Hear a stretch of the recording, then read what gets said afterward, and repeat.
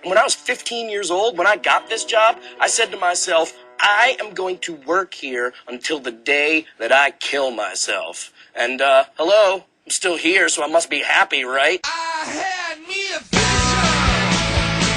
There wasn't any television. But looking into the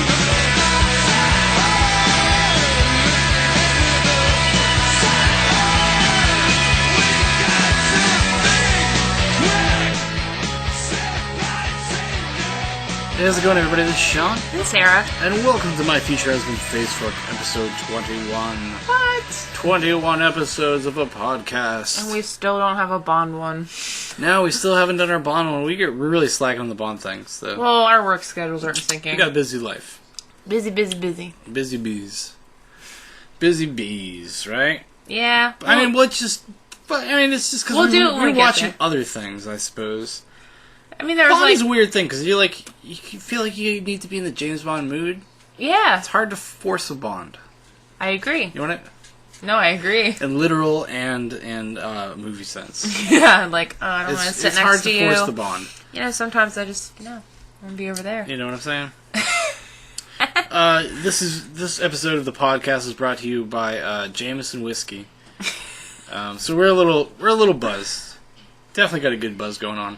So mine's a terrible buzz. This podcast might devolve, because as we are somewhat on the cusp. Not really, but we're towing the line. If we drink like a lot more, this will go into jibber jabber.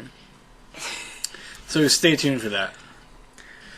But I don't know. I mean, what are you been doing, sir? Working. Playing Harvest Moon. That's right. You've been playing Harvest Moon. It's fucking awesome. Yeah, it's like The Tale of Two Towns. Let me clarify what version I'm playing. Not A New Beginning or whatever. Not A New Beginning, which sounds interesting. The concept is more interesting than A Tale of Two Towns, as opposed to A New Leaf, Animal Crossing. I'm done being a mayor. Nintendo. Those people in that town want all of these things, but don't contribute money towards it. So you know what? Fuck them. You sound like a libertarian. Shut up. I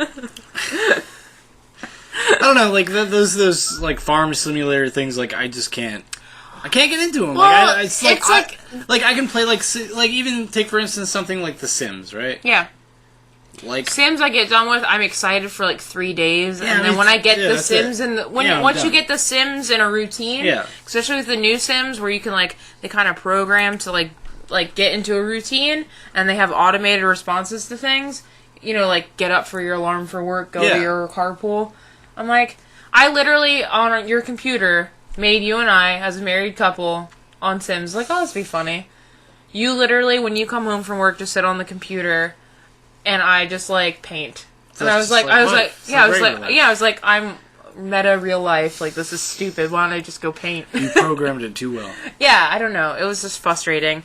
I like Harvest Moon, though, because, as opposed to Animal Crossing, there's goals and a storyline. Yeah, okay. There's a plot to it, right? Yeah. There's a plot, and then there's also time limits to things, and then certain you have to do tasks to obtain certain things. It's not just I'll earn all this money and buy it when it's available. You know, it's you have to do kind of like mini missions and stuff to unlock other things. Yes. Yeah.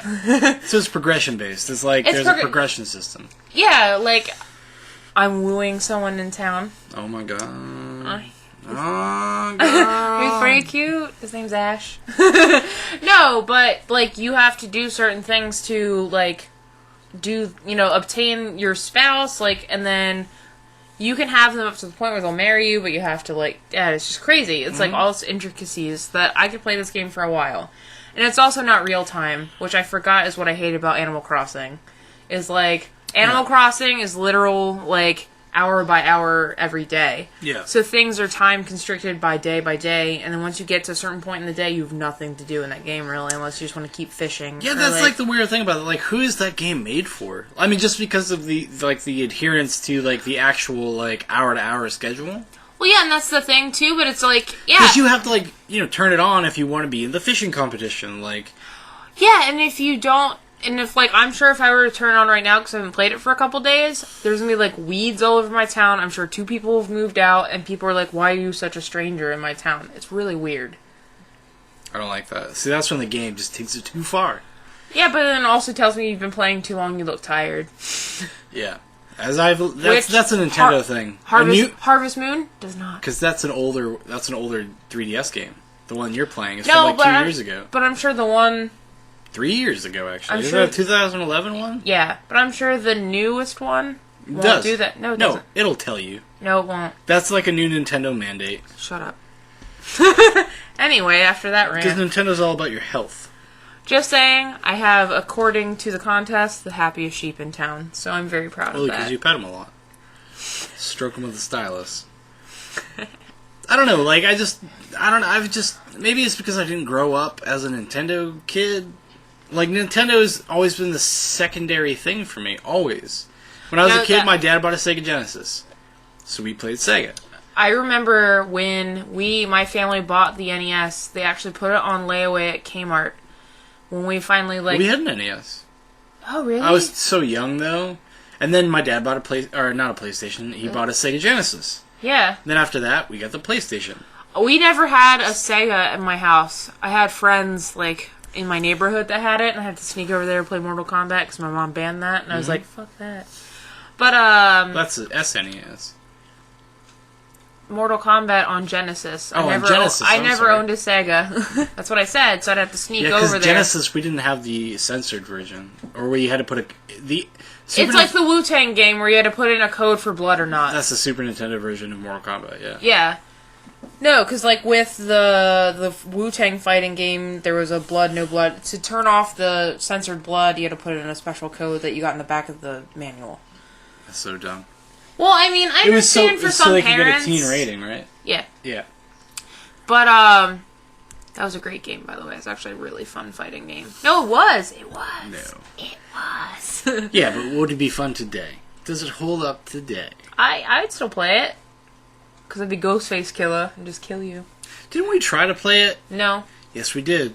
We did not try to play Wu-Tang. We tried to do a drink and play with Wu-Tang. No, we did not. Yes, we did. No, we did not. For those of you who don't know, if you search Someone's lying. If you search on YouTube for The Natural Gamers, I used to run a YouTube channel with my little brother Ryan, and we would review video games and stuff, and we got pretty good at it at one point, and then Ryan kind of lost interest, and I kind of, every once in a while, I'll do a video, but Sarah and I, every once in a while, will do, like, drink and plays, and we will emulate older games that are really bad, and then... Like Spice World? Like Spice World. And we will play them as we get inebriated and just see how bad they are. But I believe, I want to say we started doing a Wu-Tang Clan one, or we at least tried the game, and we're like, man, this is like virtually unplayable. Nope. She says no, I say yes. I'm usually right, guys. So look out for that in the future. Yeah. No, anyway, no, but I had friends that had Sega. We never owned a Sega. We always... I remember when we got the NES off layaway, brought it to the house, and we had Duck Hunt and Mario. Yeah. And it was the best day of my life, because before that, I'd play the Olympic Games on the Commodore 64. That's terrible. It's kind of fun. I'd also play... Bard's Tale was more fun. It's got its own charm, the Commodore. Bard's Tale was more fun because you'd walk down hallways and then just some random shit would pop up and you'd be like, what the fuck is this? I remember and Zork. My cousins had Atari. Mm-hmm. And I played like a couple games on Atari. I remember my dad had the NES. Yeah. We had the Ninja Turtles game, Duck Hunt, and Mario. Yeah. That's like all I remember from that. The only because I was super young. And then but I do have distinct memories of the Genesis, playing Pit Fighter, playing Sonic. I got Sonic 2 for Christmas one year. Playing Streets of Rage and Streets of Rage 2. Those were like big games in my house. No, we were all like, my whole family are big Zelda people, which is why I still to this day love the Zelda, because it's like nostalgic but also still fun. Yeah. That was like the big thing for us. I do remember though my cousins in Maryland had, Kenny, hey Kenny, had the Sega, and so when I'd visit them in Maryland from Florida, we would play the Ninja Turtles game on Sega. And the funniest thing to me was like pausing it when we were doing like stupid shit in the air. Like the Hyperstone Heist or Tournament Fighters. Hyperstone Heist. Okay. Which is just Turtles in Time on Sega. Yeah, exactly. But it was fun. Yeah. You know, and him and I would, like, beat it a couple times and we'd always just do stupid stuff. That was, like, a very fond memory. But, like, Sega for me growing up was always just, like... The other thing. Going to someone's house and yeah. like, you have a Sega? That's how it was I'm for playing me Sonic, with, like, and then Nintendo. when no one's around, we're playing Mortal Kombat because they will tell my mom. Yeah. Well, that's how it was for me with Nintendo. Like, Super Nintendo, never owned a Super Nintendo, but my cousins owned one, and they would bring it over my house, and, like, my dad and my two cousins would, like, play all night. We would play, like, Mortal Kombat and stuff, and try to do the fatalities, and... Yeah, like, but my family, to the point with Nintendo, I told you the story, but I think it's funny, was, like, there was a new... They had Zelda out for... Oh, what is it? The... the flip-top Nintendo system. The handheld one. The DS. No, not the DS. It's the SP. And my mom... I had surgery. She bought that for me. I was recovering. But she played it more than I did. And I'd be like, hey, I want to play a video game. She'd be like, 1 minute. It's like, that's fucked up. That was my, like, recovery gift. Like, so it's like my whole family's Nintendo from the get-go. Yeah, yeah. I had a Game Boy. I did have a Game Boy. Like an original Game Boy? Yeah. So you played a lot of Tetris. And then I played Contra. Oh, really? What did I own? I owned Contra. And, a couple other games. I didn't own a lot of games for my Game Boy, actually. Because the only time I would get games was Christmas and birthdays. Yeah. So I don't remember. Same I don't remember here. having a ton of games for it. Because there was a period in my life where when the Sega Genesis was broken or whatever, I don't know what happened to it. We just didn't have one until the PlayStation came out. And the PlayStation came out. My dad bought the PlayStation. Oh, I remember when we got PlayStation. And then he got, what does it get? Desert Strike. It's like an overhead helicopter game. Yeah. And I was really bummed. Yeah, you're like, that's what he got. No, I remember we got the PlayStation and then we got Crash Bandicoot because my whole whole family, like my mom is actually a beast at Crash Bandicoot. And I was like, yeah, like one of the only games my mom ever got into was Crash Bandicoot, the first one. Because we were a big rental family, so we used to rent games like crazy. Yeah, so we'd always go to Blockbuster and rent games, and Crash Bandicoot was one we did. I used to, for my, like, Final Fantasy VII was a game that, like, I used to make my parents, or not make, but they would rent it for me all the time. Yeah. Like, so the first time I beat Final Fantasy VII was, like, over, like, a 6-month period of, like, having it rented for me. That's awesome. Yeah. No, but, like, the funny thing about you and your Game Boy, it was the same thing with me and my Game Gear. I had 2 games for the Game Gear. I did have a Game Gear. I'm sorry. Can you guess? Game Gear was fine. Sonic. Especially because I was... Sonic, yes. What was the other one? I don't know if you're... Shinobi? I don't know. No. Shinobi I didn't get till PlayStation. NBA Jam. Boom shakalaka. Boom shakalaka. No, I remember that because, like, I played that a lot in the car. Cause that's at the point we were driving to and from Florida to Maryland a lot. Yeah. So I had the Game Gear. That Really? was the only... It only lasts fucking 2 hours at a time with, like, 10 I was batteries. young. I didn't care. We also bought a lot of batteries. You know, I was sad. My uncle had a Game Gear, and he let me play it one time, and I was like, eh. I was Because I was used to... I was still, like, playing the Genesis, so, like... I was like, why do I want to play, like, crappy Sonic? Like, that's what it was to me. I was just sad. My grandfather died, so we were driving a lot back and forth between states, so I was like, played the, like, my granddad's dead. Buy me batteries. That was the only way it lasted me longer, but... but is your whole family, like, into, like, video games to a certain degree? Yeah. Yeah? My Like, your immediate family? What about your grandma... extended family? Extended family? What do you mean, Like cousins and stuff. Yeah. You know, you get any weird shame from, like... Nope. So, like, I remember... That was the one thing we could bond on because, like, I was always the weird black sheep that wasn't, like, a volleyball star. Yeah. A track star. Out of, like, my... Because it's weird, my family, my second cousins are the same age as me. So that's what I bought. I don't have any cousins. So that was my group when I visit.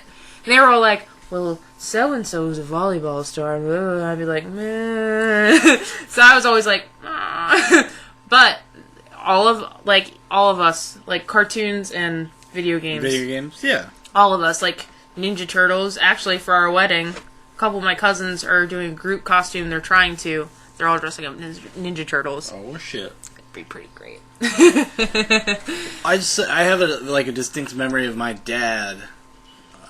showing my Uncle Carl. And my Uncle Carl is like a man's man, like hunter, construction worker type dude. I always want to hear stories of Uncle Carl. Imagine him just shooting a bear. And he, like my dad was showing him the Sega Genesis, and Sonic the Hedgehog 2, because I got it for Christmas that year. Yeah.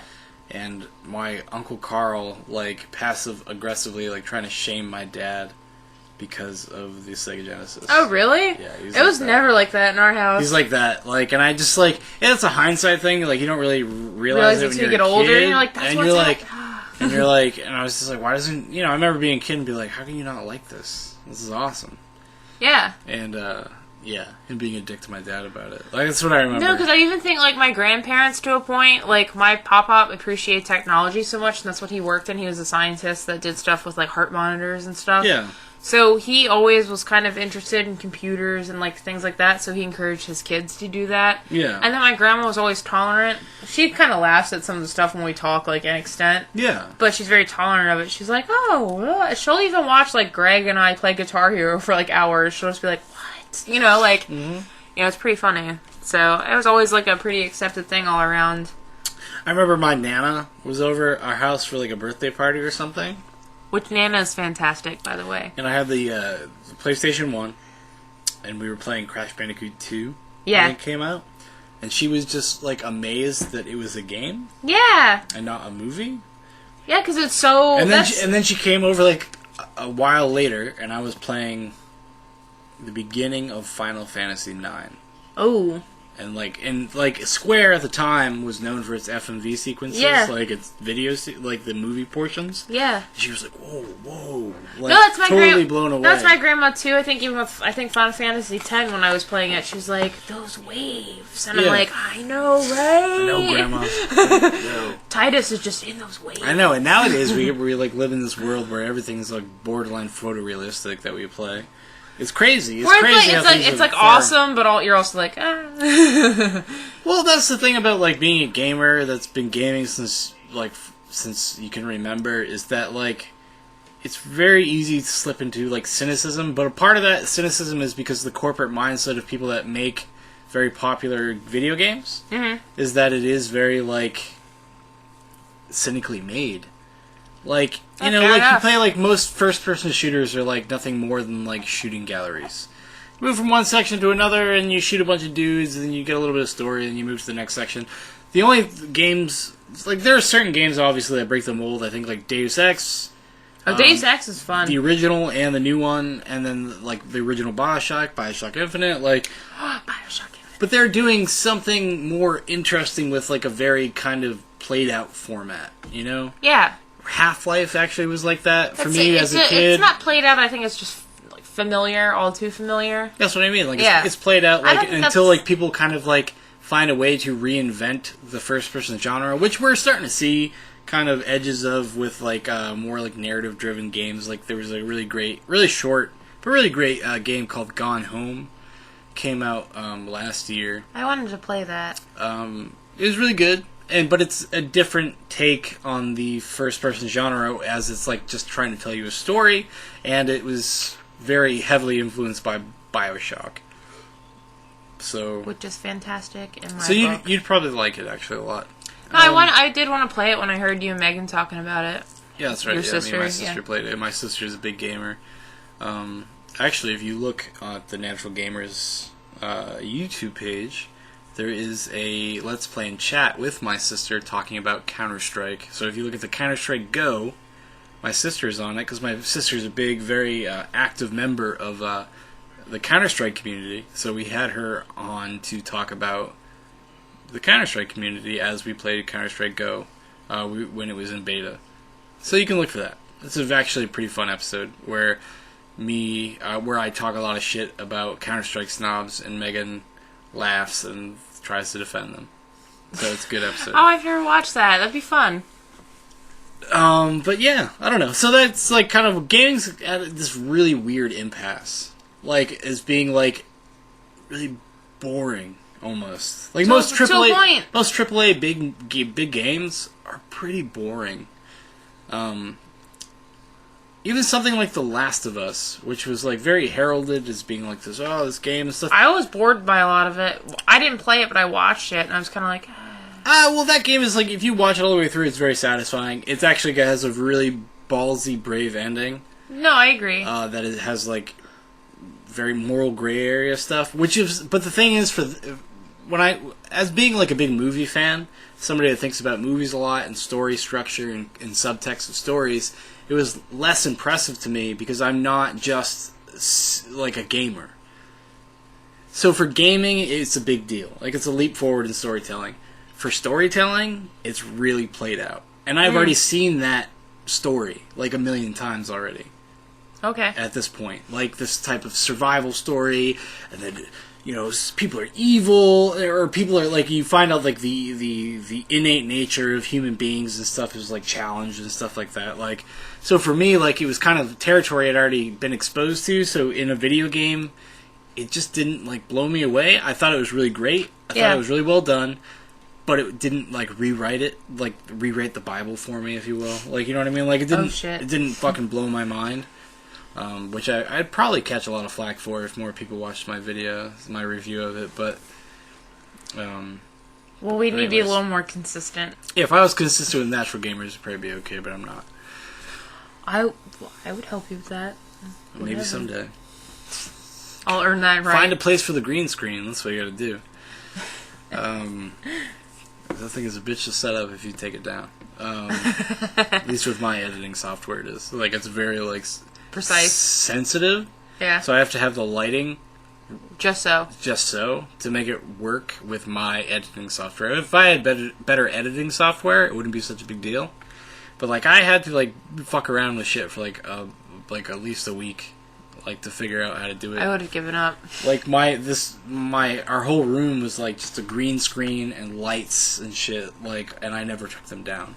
And I had, like, a duct tape on the carpet to mark where I had to put stuff. No bueno. Yeah. So that was you need a garage for that. Yeah. Senor. In the parlance of our times. But yeah. Video games. Interesting stuff. Wow. This is supposed to be about some movies, but, Well, before we get into our movie discussion... Oh, Lord. We finished the first season of Hannibal. Yes. Because we wanted to catch up. Because Sarah and I had started watching it. I think we had talked about this a little bit before. We did. That you were kind of cool on it. I was kind of, like, okay with it. But that show really gets good. In a very, like...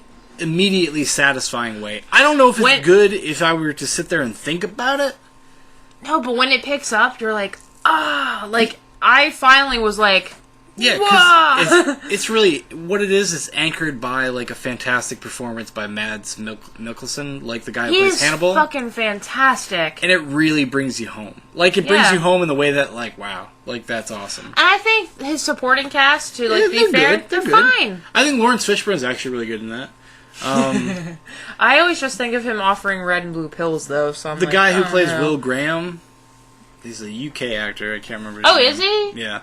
So he's faking the American accent. He's okay. It's a little too, like, overwrought, like, all the time, where he's always like, I'm so hypersensitive, I'm too empathetic, I have an empathy disorder. I love my dogs. Like, join the fucking club, man. Like, empathy disorder, what does that even mean? Yeah. But anyways. To be human. But that show has a fucking gut punch ending that really makes you want to watch the next season. No spoilers, but yes. It does. It really does. No, because, like, I remember, like, it took me, I think, like, with most shows, like, 4 or 5 episodes until I was, like, hooked. And we were just, like, plowing through it, and I was, like, so excited. Actually, it took you more than that. Did it? Like, 6, maybe? You were, like, not into it until, like, episode 8. Well, whatever. I would, which is fine. Like, maybe it was, like, a slow burn. But then I was, like, into it, and this ending comes, and I was like, that's it? That's it for right now? I remember saying that when it was done, and I was like, no! Well, that's the thing, that show has such a beautiful, like, elegant, like, aesthetic design. Oh, it's beautiful, which I think is appropriate for Hannibal Lecter's attitude. Beautifully disturbing. Because they're, like, I love the stuff with, like, the elk horns, awesome. And, like, the demon. Yeah. Like, if you've seen the show, you know what we're talking about. Where, If like, not, Hannibal sorry. Lecter will sometimes appear as this, like, black-faced demon with like these giant elk horns, like standing in a suit. Like, it's fucking incredible. Like, it just Yeah. it looks like startling and shocking, and like works really well on that like visceral level. And I think like it works well with a lot of like the modern like crime shows because it's like a big fad now. Is like, I think it's way better. Than no. most I'm saying it works with people. Like people could watch this and like, but they'll be more startled, like because like their presentation of like crime scene and like crime presentations. Yeah, it's more of a shock value. It's more yeah, gory. it's like you're like, what the fuck? Well, let me ask you a question. Your mom is big into like NCIS and CIS and stuff like that. I used to be big into CSI. Or CSI, rather. But, like, do you think she would like Hannibal, or that show would be too much? Is it too, like, focused on the characters and it not so much on the procedural aspect? Because, like, the crime scene investigation stuff is just window dressing to the character drama. Yeah. Can I say, for my mom, that's an unfair question, because she loves the character of Hannibal Lecter and that story. No, but what I'm saying is, do you think she would be able to get into it as a show? Yeah. You think so? Yeah. Oh yeah. Mom, I actually probably should text her and tell her, or call her, and tell her to watch it, or catch up on it. 'Cause it's probably on demand. Probably. But like because there is like they do this thing like especially for the first like 4 episodes where it's like crime of the week, and then they do a couple more like interspersed throughout the season where it's not like the canon serialized stuff. Yeah. But the crimes are so background to, like, the other stuff, like, to the larger narrative. But that's what I think a lot of those shows, like, that my mom, like, to play to what you asked, like, that my mom is watching. They're completely procedural. They're procedural, but, like... They're crime of the week. And they focus on the crime of the week. They're focused, but there's also, like, slight character development. And I think for those, like... No, but it's... I disagree. No, like... what is it? The... Navy one, NCIS. Yeah, that's what I'm talking about. No, I'm saying like NCIS. There's a lot of character backstory that feeds into things. But it takes them like 3 or 4 years to actually change or do anything because of the consequence. That's why I think this is what this show. It's like concentrated. Sorry. It's okay. No, that's what this show Hannibal would present to like. It's like kind of a challenge, but also at the same time, it's kind of what they want. It's these like intricate crime stories. It's a good soap opera. Yeah, totally. That's what it is. That's what I'm saying. It's like it's this total like drama-fed thing. But you have to pay attention to the characters and the crimes. Which is what I think this genre needs. But see, I don't think you have to pay attention to the crimes. I think the crimes that they're investigating episode to episode are completely inconsequential, except for the first one. There's like a big thing that happens in the beginning of the season that runs throughout the entire first season. The first big crime. You know what I'm talking about? Yes. Okay. That follows the entire thing. And then there's like 4 other ones that are wrapped up in an episode, and they barely pay anything more than like lip service to them. But I'm saying is like I think this drama needs what Hannibal brings, where it's like the characters intricate, like the crimes are there, they're entertaining. Well, they suffice. There's always been these kinds of shows, right? Except network television tends to like focus on episode to episode stuff. Yeah, like more procedurally driven, like CSI and like even Law and Order. It's formulaic. It's a formula-driven show. No, it is, and what I'm saying is like I think this would suffice more for that crowd. Like this is something more of what they would need, as opposed to the procedural. Well, I can say it's what they need, but I don't know if it's going to be what they like. Because people, my mom would like it, being able to like that kind of audience, likes being able to pop in and out. Yeah. So your mom could miss like 4 episodes of NCSI, which she does not. But she could. NCIS, get your letters right. Whatever. But she could, and not really miss anything of substance, and not miss anything of substance. Sometimes. That's not going to be completely like recapped and driven into your head that this happened because this is why this person is being this way. I guess. I mean, that's obviously. I've watched a lot of that stuff, but like not a ton. My main experience with the procedural crime shows is like Law and Order and a couple and like SVU. SVU, I love SVU and original Law and Order. That was like. Let me correct that. I only like SVU till Stabler left, and then it was kind of like. No, but like, because it's for those shows like for the children. Those shows like you don't have to see every episode. No, true, but and I think you wouldn't miss anything because I think to a point they're a slow burn with their character development, though. Because because they will spend like scattered episodes on like certain characters and how they react to things and why. Yeah, how they and react. If you miss that one where you understand why Stabler is so intense about his daughters, I disagree. Okay. I disagree. Okay. Especially like somebody that I watched a lot of SVU growing up, and like nothing is. There's never anything left hanging at the end of an episode. Very rarely. Because like it's always resolved. Because Richard Belzer and Ice-T won't tolerate that. No, but say like the character freaks out in the episode because of his daughters, right? They are going to tell you why. They're going to explain it to you within that 45 minutes, whether or not they've done it before. Like, it's going to be re-brought up. Reiterated. I understand. Like, so, like, it's not like, if, I missed this season, so I'm not going to be able to follow season 7. No, it's not like that. It's not. True. I guess true, but I'm just saying, maybe... This is much more, like, serialized, like, in the sense that, like, you have to watch every episode. Much like it's killer. Much like it's killer.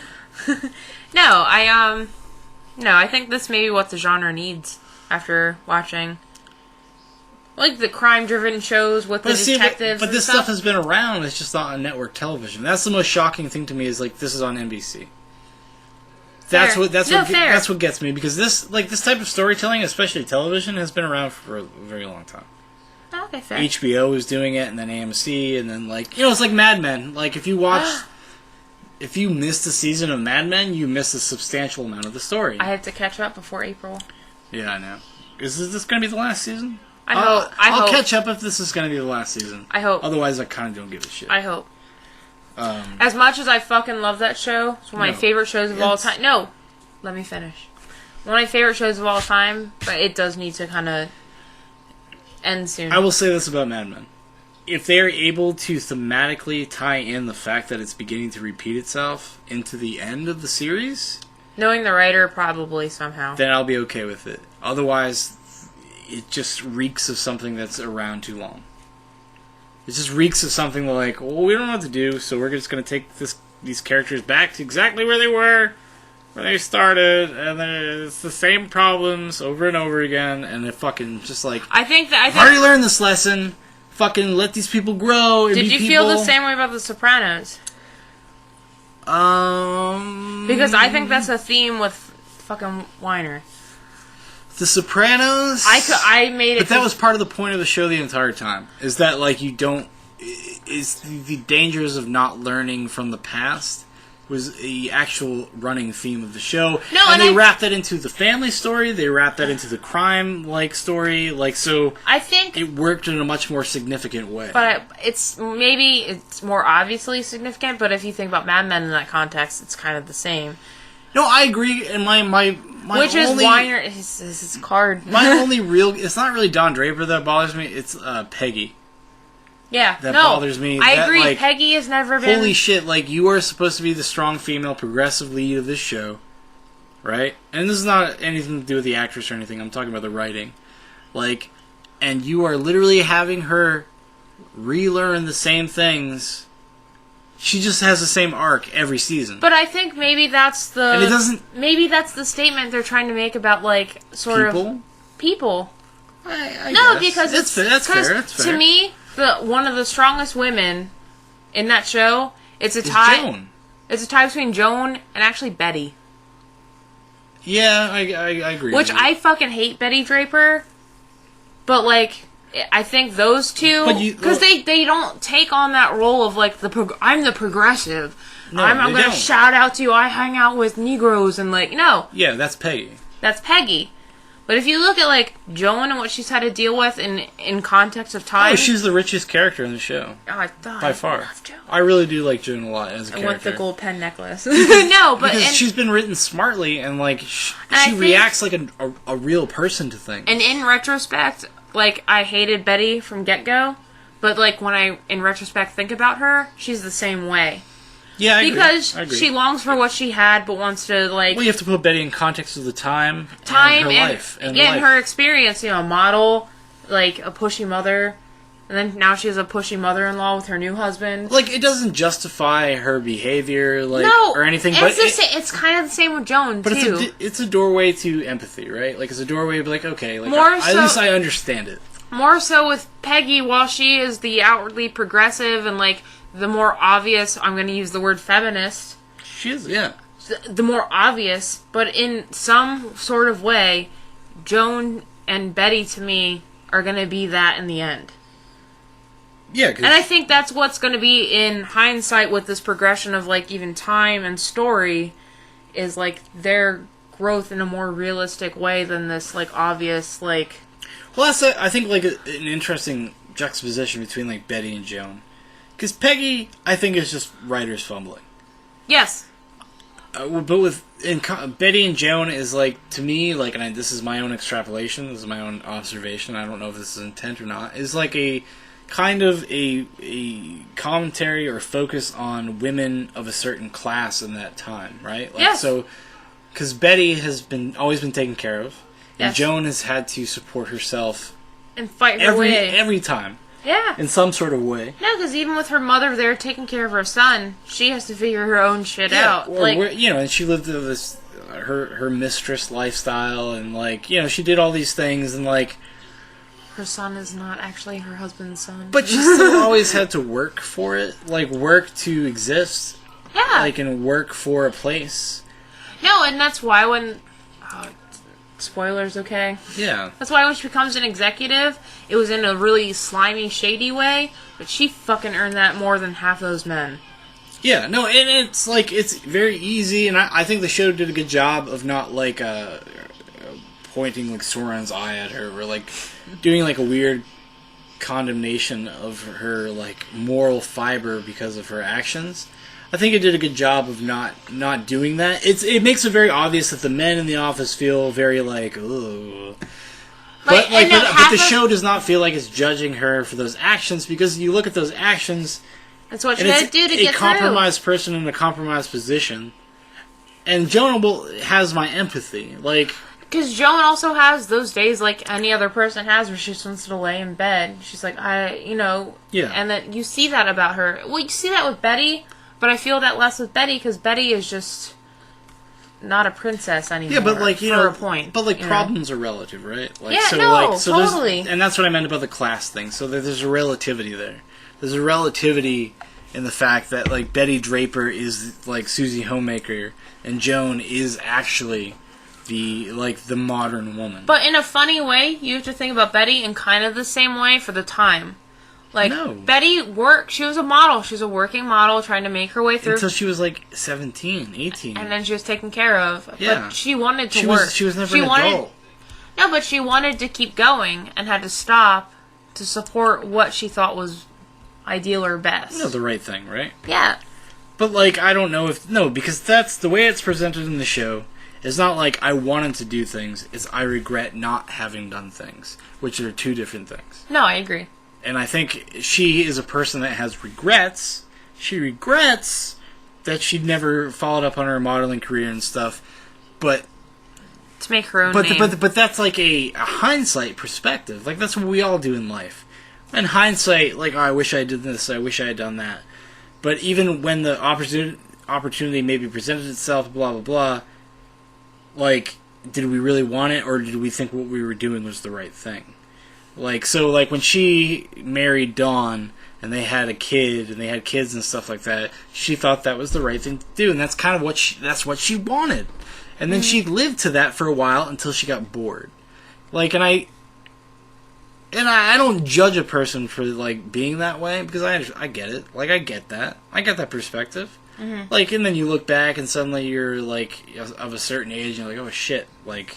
What the fuck? I had all these opportunities, and I didn't take them, because I decided to do something else. So that's kind of, I guess, where I stand with that. Well... But anyways, we'll catch up on... Maybe, I don't know. If they're going to wrap that show up, I would be way more interested in, like, catching up. Can I be honest with you? It's probably going to be 2 more seasons. No,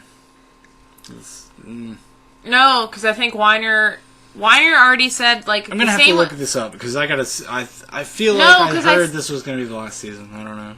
No, I think it's gonna be this season and then one more. That's my my gut. Because I know Weiner already knows the ending, because that's how he starts every show.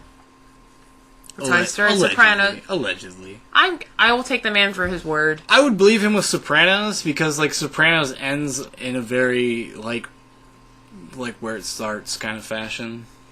This uncertainty of the life of crime. Yeah. No, yeah. A lot of people have problems with the ending of Sopranos. I think it's... I'm one no, of the, a lot. I remember the day it happened. Yeah, it got ruined for me, and they were like, what? People were like, oh... People thought their DVRs crapped out, and the cable went out. Because it cuts to black for, like, a solid, like, 45 seconds before even the credits start rolling. Pause to think, ladies and gentlemen. I thought, like... But I saw it after all that, so, like... I thought it was really powerful, and it really worked for me. Yeah. I'm not actually a huge, like, lover of The Sopranos. Like I said, I only made it, like, 3 or 4 seasons in. I was still fucking bored, and I was told, like, this is the best show! I like The Sopranos in the context of the whole. Like, what it does. No, and that's what I was told. It's like, you have to be patient and, like, wait through it. But I could not invest in any character, which I just, like, I couldn't. I was just like... How can you not? I was just, I didn't get into it. See, like, that's the only thing I tried solidly every night to watch, like, 1 to 2 episodes every night for, like, a while. And I was just like, I couldn't... Maybe that's the problem, though. It's not a show meant to be power watched in a weird way. Even though I power watched it. I watched that shit in, like, 2 weeks. Like, I couldn't. I just couldn't get into it. That's fair. That's fair Maybe enough. I'm weird. It's fair enough. No, it is a show that, like, goes on long diatribes, like entire seasons of a diatribe that you're like, I'm not really interested in. And, but I don't know, because I'm with you, like, in the fact that, like, it lost me a few times, like, where I was like, eh. Well, so but, that's what makes me mad about Mad Men. It was like, I was super... Yeah, because we were watching season 5. Yeah, no, I was like, even before we met, I was like, that was my shit. Like, and then it just got to a point where I was like, what's happening? I want to power through it, and I couldn't. So I need to catch up and see what's going to happen in April. That's my opinion. Well, see, that was always my problem when we were watching the last season, and we were watching it week to week. I got the strong sense of, like, it was repeating itself. Yeah, but we also have to hold that might be... I agree. Like, it's hard to, like, judge it without it being the whole, right? Like, without it being the whole, it's hard to judge something like that without, like, seeing the end game. And I hope they fucking just, like, have the artistic integrity to, like, be like, we're done. I give it literally 2 more seasons. I'm calling it now. I want one more. I just want this to be the last one. I personally, too, want one more. They're going to give you 2. I don't know. I'll have to look up on that. I gotta look into that. What are your sources? I can talk to my peeps. Call Matthew Weiner. Twitterverse! Hey, Weiner. Hey, Weiner. What's up? You fucking done or what? And your last name is actually Wiener. But, like, that's the thing, like, we can give Matthew Weiner credit for, like, he's like, oh, but he knows how it's gonna end. Yeah, but then you gotta fill in all this space in the middle. No, but dude, what's gonna be funny? The ending is not gonna be the credits of Don Draper falling out of a window. They're not gonna do that. Maybe it should. I think he's gonna pollock it and just get in a fucking car wreck with a mistress. I don't think he's gonna die. I think he's gonna reinvent himself again. No, it's gonna be left in an open place where Don is at, like, a place of, like, he could go one way or the other. Like, he can clean up his act, or he can continue to be, like, an evil businessman. Evil, misogynist businessman. And that's where it's gonna end. It's gonna end on, like, he's gonna... I don't think Don is an evil, misogynist businessman. He is, Sarah. I'm sorry. He is. Look at what he does in the show. Like, however he feels about things, like, actions dictate reality, okay? Okay. So, I have this idealistic perspective of how I would like to treat people and how I would like to be. But what really matters?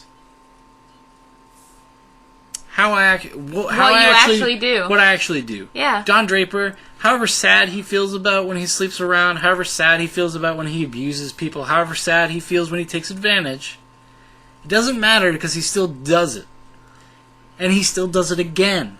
He feels bad and he's wallows in self-pity, but he still does it. So that's the defining thing. Like, until you come to the point where you are just... You stop doing that shit. Everybody... That's just like a normal, like, thing when you do when you grow up. Like... When I was a kid, I was a little bit more reckless or whatever. So I went and I made the same mistakes over and over. And I did the same shit over and over and over again. And then one day I woke up and I was like, I don't want to do that anymore. Like, but I had to have the conscious self in mind. Because I always felt bad about it. I always felt guilty. I always felt super guilty. Like, I would feel guilty if I took a girl home under, like... oh, no. Less than honest auspices, right? Like, oh, no. like, somebody thought I was really into them. And I really kind of wasn't. No, but seriously. So I would feel guilty about it, but I still did it. And that's what matters. What matters is I still did it. That's the most important thing I learned in my early 20s. Was that how easy it is to say, I'm sorry. It doesn't mean anything. It doesn't mean anything. Exactly. And once I understood that, a lot of people don't get that when they're younger. They don't understand that, like... Oh, I totally got that. No, but when you're younger and you can admit that you're wrong... People don't understand that it doesn't really mean anything. It's just like when you're younger and you're so full of piss and vinegar and like the world and like you want everything, you're trying to get for everything, just being able to admit that you were wrong and you can say the words, I'm sorry, is a powerful thing to a lot of people. And once I recognized that, because I started doing it, when I started doing it, it was sincere. Yeah. But when I kept fucking up, when I kept doing the same things over and over and over again, and then I realized... the power of saying I'm sorry. And the power of just being like, I was wrong. And I knew I was wrong, and I was totally sincere about it. But I also understand it doesn't change anything, it doesn't do anything. Yeah. Like, and now as an older person, I'm much more conscious. I'm a much different person than I was at that time, because I take that shit seriously now. And I actually do try to be self-reflective. And I do try to actually change myself. I don't always win. I don't. And now, when I say sorry, I actually mean it. Like, it's not like... Yeah, it's not a throwaway term. It's not just a thing, like, a lot of people throw around the words, like, I love you and stuff like that. It's just like this thing... Oh, wait, like, what? People, wait, pause there. No, but people presume that, like, things hold weight, like, words hold weight, when they don't. It's in context to who says that, Yeah. who uses those words. Like, it's such an important, like, distinction. It really is. It really is. That is a history lesson for you there. Powered by Jameson. But anyways, let's get back on a more fun track. We got 2 things on schedule to talk about. We got 2 things on schedule. And we have 15 minutes. Oh, we got more time. Now we got as much time as we want. I know, but... America. I know we have much time, but, America has very limited attention span. So. Okay. Well, then this is not the podcast for you. This is a exactly. rambling, weirdly driven. Like, we had no intention. Like, we set out the criteria for the podcast. Hit play, and then it just... No, we did. What did we say? We said Hannibal, the thing we're going to talk about next, and the Lego movie. So we said Hannibal, Big Bad Wolves, the Lego movie. Play. Podcast. Set, ready to go. Play. And then we spent 20-something minutes talking about... Mad Men. No, we're talking about handhelds and video games. NES. And some of our memories of that. And then we talked about Hannibal, like we were supposed to. That spurred off into a Mad Men conversation. Oh, well, that spurred from CSI to Mad Men. Yeah. So we're very broad. We're very broad. We like to take it all in. We embrace it all. But we watched a movie that you can also watch. It is on video on demand. You can go rent it off of Amazon.com or whatever your cable provider offers. A little steep. It's $10. Worth it though. But it's like the ticket of a movie, right? Like, so if you guys were to go, if you were to go to a movie theater and buy a ticket, like this is like a ticket and a fifth, and pretty worth it. Yeah, it's called Big Bad Wolves. It is a film from Israel, an Israeli film. Which I did not know. I got the accent wrong, and Shaun laughed. It's an Israeli film. Israel has kind of a new, up-and-coming, burgeoning film community. It's been kind of developing over the past decade. And this is their new film, whatever. Like, I'm serious, like, I guess only a couple make it out, like, every year, apparently. This is one of the ones that make it out. I think it's up for the Foreign Film Academy Award. I hope so. It was pretty fucking good. It's called Big Bad Wolves, and Quentin Tarantino claimed it's one of his favorite movies of the year, and that's why it's got so much like a wide kind of audience. No, he's really good at doing that. He's really good at bringing. He's done it to a few movies. Yeah, he's really good at bringing attention to movies. It's like the Australian slasher film Wolf Creek. Yes. No, but I'm just saying, good on him because this one was worth it. So, it is a totally obtuse movie. I liked it. It's got some of the most beautiful cinematography and sequences, as far as film and music and yeah. And then it'll throw in some dick and fart joke based kind of humor. A little bit. It's a dark comedy. Yes. It's a dark comedy, right? Yes. I laughed. I hope that means it's a dark comedy. I'm not just fucked up. Basically, it's about this guy that's accused of pedophilia. The cops think it's this dude. Not just pedophilia, but he molests and rapes and then murders these girls. He cuts their heads off and hides the heads. Yep. And he leaves the bodies out to be found. Yeah. And so the father head, of the latest girl knows that the cops are interested in this guy. So he kidnaps him. Who, comment, is a teacher. Who's a teacher. Wait, at a Catholic, spoilers. at a Christian school. And he kidnaps him and proceeds to basically torture him in the same way he feels. He does not just kidnap him, he calculates a kidnap. Well, don't. I'm being very vague here. Oh. Come on now. I know people haven't seen this, and I would like people to watch this because it's a good movie. I'll shut my mouth. You talk. So he kidnaps him and then tortures him in the way that he feels like he tortured these little girls. So to get this guy that is who the cops are interested to admit it. And it's always left up in the air whether or not he is actually a pedophile or not. Blah, blah, blah. It actually has a lot in common with, Prisoners, if the film Prisoners. No, yes. If Prisoners was funny. But I like Prisoners. I like Prisoners more than I like Big Bad Wolves, actually. Really? Yeah. Oh, no, wait! I'm switched. I take that back. Nope. No, I'll take it back. You said it on the internet. No, I you said it on the internet. I take it back. Done. I take it back. I want to talk about this movie. And I hate, That's what I was trying to talk about things, but... Okay. What is your thoughts on Big Bad Wolves in general? What do you like about it? What did you not like about it? Blah, blah, blah. Beautifully shot. Actors very great. Casting was very well done. Yep, good actors. Story was very solid. Very general. Thank you. But I sincerely it's got some wonderful cinematography. It's actually simultaneously tense and funny.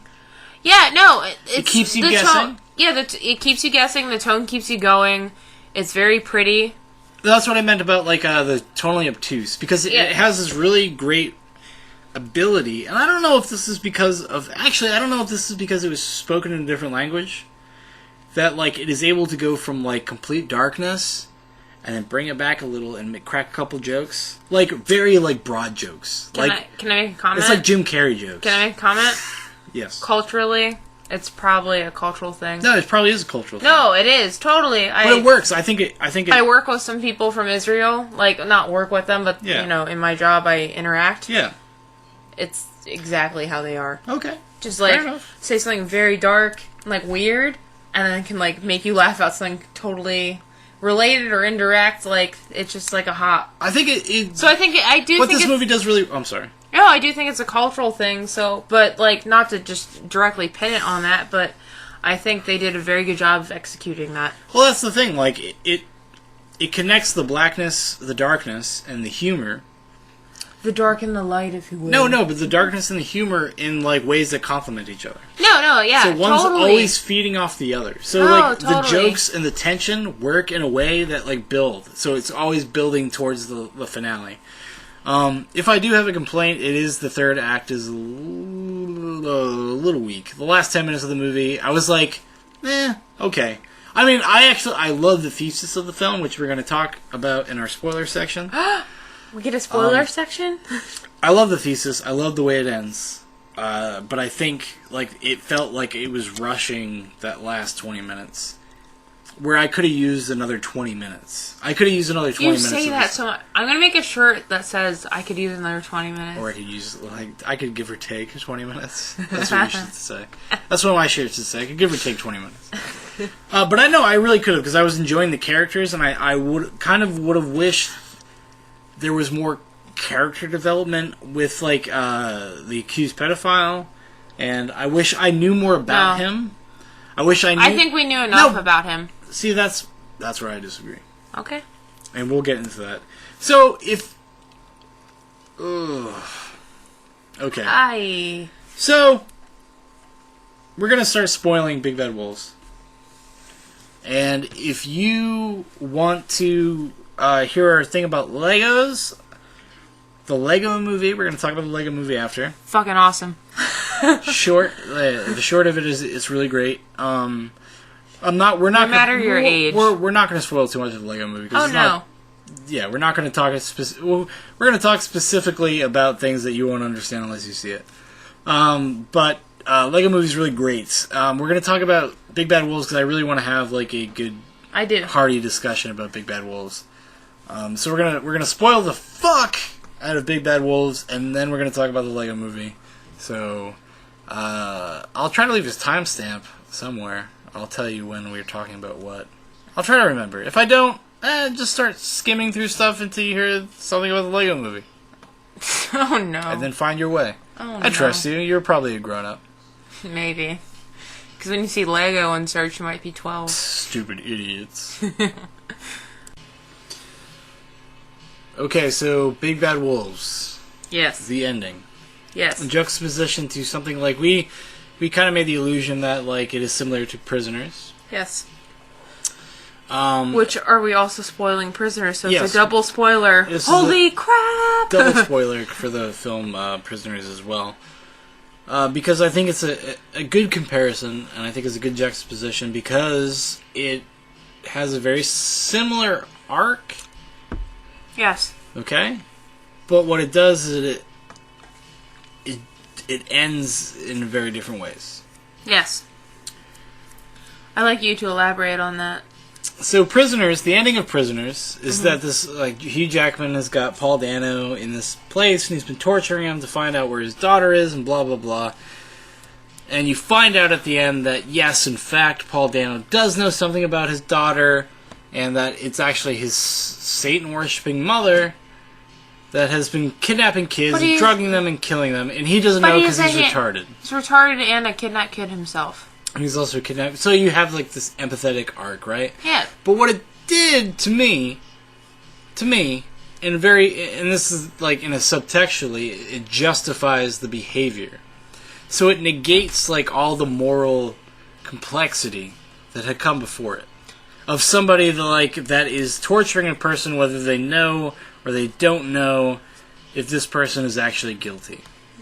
It negated it, and it made Hugh Jackman a hero at the end of the movie. I don't think it was negated completely, though, because of Terrence Howard's character and his wife. But that's the thing. They bring it up, and they dance around it, but then they kind of backhandedly justify it. No, yeah, but I'm saying it's not totally, it was there, and then... No, that's right. It's brought up. It is totally brought up, and you're right. So, but by the end of the movie, as a catharsis or whatever, it gives you that catharsis. It gives you closure. It lets you know that Hugh Jackman was right, and that his daughter is safe, and blah blah blah. But turn of events, he's in the well, and then he gets saved. It's not left that way. It's not explicitly, but it's pretty much done that he gets saved. I don't think he. Yeah, because he hears the bell. He hears him, and then the whistle is the whistle. He hears the whistle. What's his name? Jake Gyllenhaal hears the whistle. And I'm just saying, Jake Gyllenhaal would. And the movie ends after he hears the whistle. So if that's them being does he find him? Is bullshit. No, because he thinks he hears something, but I don't know. I think it was left. No, it is obvious. I understand, but at the same time, I think it's left to the point where it's does he hear, or just he thinks he hears something? See, that's why I disagree. I think Okay. it's fully like he gets saved. Like that's the implication to me. To me, it was. That's my personal perspective on that. What I liked about Big Bad Wolves was that at the end of the film, they basically find out that he is the pedophile, that he is the person, this guy that they're torturing. Yeah. But they kill him before he says anything. Mm-hmm. And this cop's daughter ends up probably dying because of it. Yeah. So it has this very, like, morally dark place yeah. where it ends like, okay, you did this bad thing. It's kind of like the idea of karma. It's like, okay, you did this kind of fucked up thing, and now something fucked up is going to happen to you. No, totally. It was because their practice. You know, like karma. It's like their practice led them to this point. No, I agree, and I think I agree with you. Like, it was better executed than Prisoners. I still love Prisoners. I like Prisoners up until the last 20 minutes. I'm still putting that on a shirt. I know. No, but it ends in a very Law and Order episode way. Where they actually stumble onto the crime rather than whatever. Like, the majority of the movie was very compelling. It was, no. So I'm not going to take away from 2 hours for 20 fucking minutes. But you do kind of have to, Sarah. Because a movie is a whole. No, I understand, but I will say Big Bad Wolves, like, it did do that, and, like, with that scene where you see the dad being like, no! No! You know, like... Well, what I wish... And the reason why I wish they had given more development to certain aspects of the film, especially the accused pedophile... Yeah, let's talk about this. ...was that I wanted there to be more doubt. Because it was really easy to, like, realize that, like, oh, yeah, you did... But... Like, you know, that's, like, you know, like, think about a movie like, your favorite movie, The Usual Suspects, right? Yeah. It is a movie in hindsight, you can figure out all the pieces and all that stuff, right? You have to watch the whole thing, though. But, no, I know that. In hindsight, you realize, like, oh, shit, yeah. Fuck. But, the pieces are there. Yeah. To come to the conclusion. No, Where Big Bad Wolves, like, does it, there's one scene... where he is at a dance studio. Yeah. And it's confused whether that's his daughter or not, like, and he wants to give his daughter a birthday present, the accused pedophile. Yeah. And you find out at the end of the movie it's the cop's daughter. No, I agree. So, like, I wanted more doubt there. I wanted more doubt. There is doubt. There is. Let me, hear me out. Hear me out. I'm listening. The way it's presented with his daughter with the birthday cake and the way he has to deal with his daughter and stuff, at first you do think that's his daughter he's watching. Yeah, that's what they're implying, yeah. Which is like, it's a good misdirect. It is. It is. No, and you don't really realize till the last bit. At the same moment that cop realizes. I know. No, so I think that's well executed because it doesn't take away from you, like... In a story like that, you knowing before, like, it kind of, like, you'd be like, nah. No, but it's like, you like, oh no, like, maybe it's wrong. And it leads to the assumptions, like, are you, like, torturing this guy for no reason? Are you not? Like, it plays into that very well. Because you wonder, is that his daughter he's watching? And you find out it's not. But then it's too late. Because they just act upon, like... Their instinct, instinctual, which like, you know, paternal, like to fucking kill him. No, exactly. Yeah. Which I think, like, the execution of that was done very well, because when I first saw the dance class, I thought he was watching his daughter, and he just wanted to see his daughter do a dance. That's honestly, because I was just watching it, you know. And then what happened was, then you find out, like, it wasn't, like, you know. So I think that lead and misdirect, I think that was really well done. And then, like, for the message they're bringing where it was done too late and they didn't wait long enough. Like, it was done too late what they were doing, but they didn't wait long enough for it to hear anything from him. Yeah. It's fucking well done. Like... Well, that's fair. Because that's what that movie wants you to do, is, like, it wants to make you, like... empathize with either side, because the whole time you don't know who's right, who's wrong. Like, because for a while, you empathize with the cop trying to empathize with the accused pedophile. Yeah. Because he's like, we're both fucking being wronged here, and this guy's just keeping us in his basement. And I'm a father too, yeah. And I'm a father too, yeah. And it's like, and then it leads you to that point, and then when you finally realize it's wrong, and it's not what's actually what you perceive, it just fucking, like, drops, and it's too late.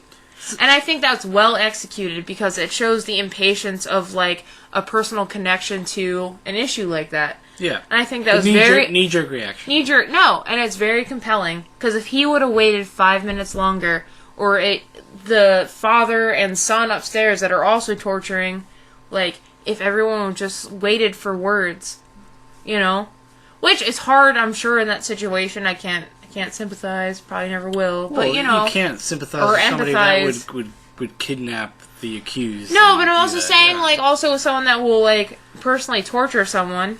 That's what I'm saying. You can't, like... Because we would never do that. It's a morality play that is an abstraction of our need for justice. And I think they did that very well.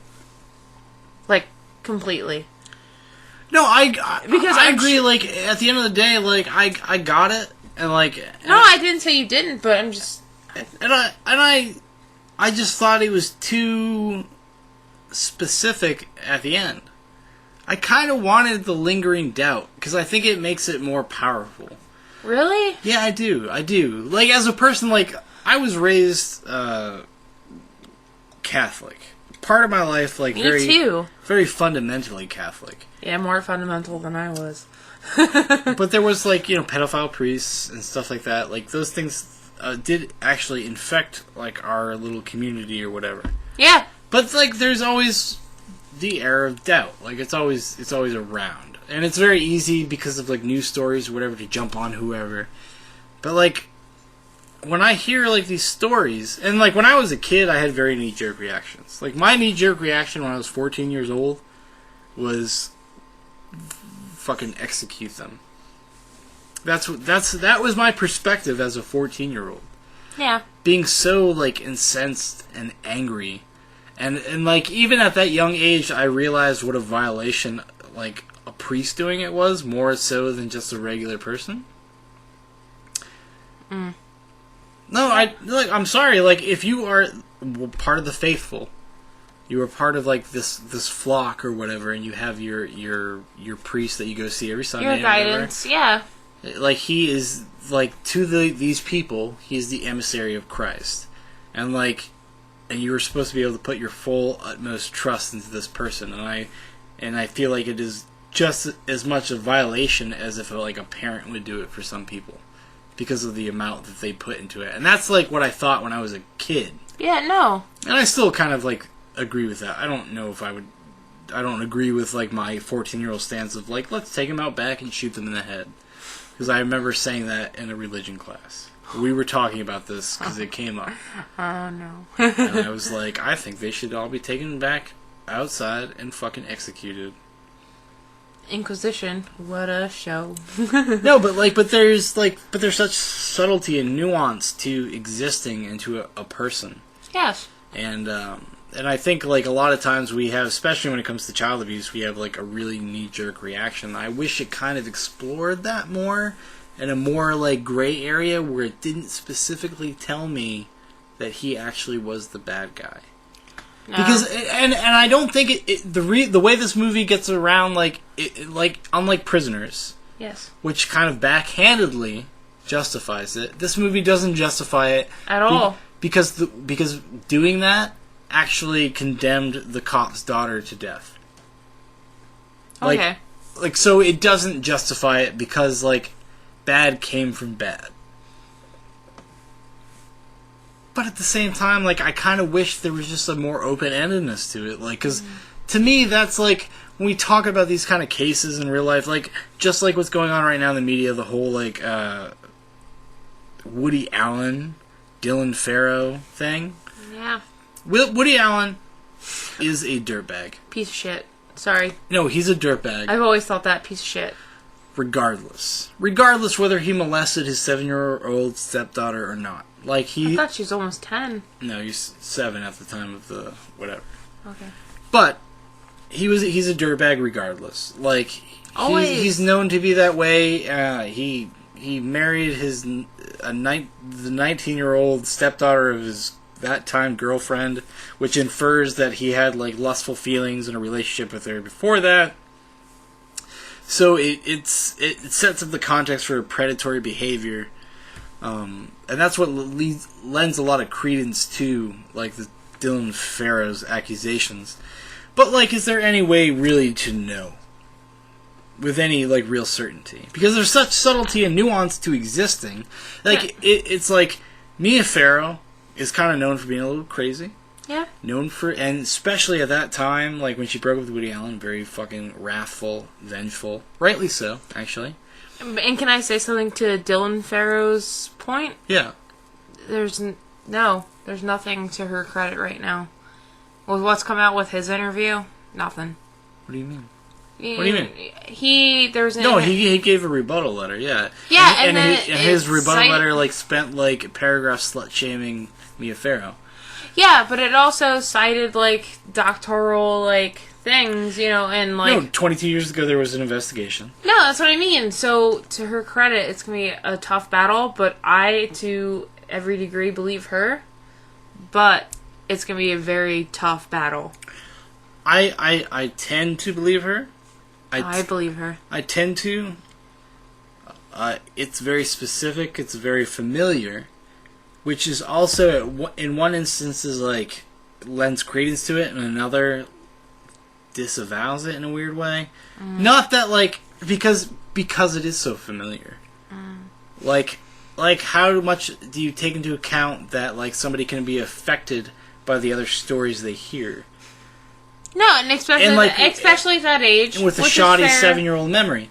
When you're 7 years old, it's a 22-year-old memory. Like. But then, like, doctors claiming, like, she was taken for ice cream and then changed her mind. Doctors don't say that shit. No.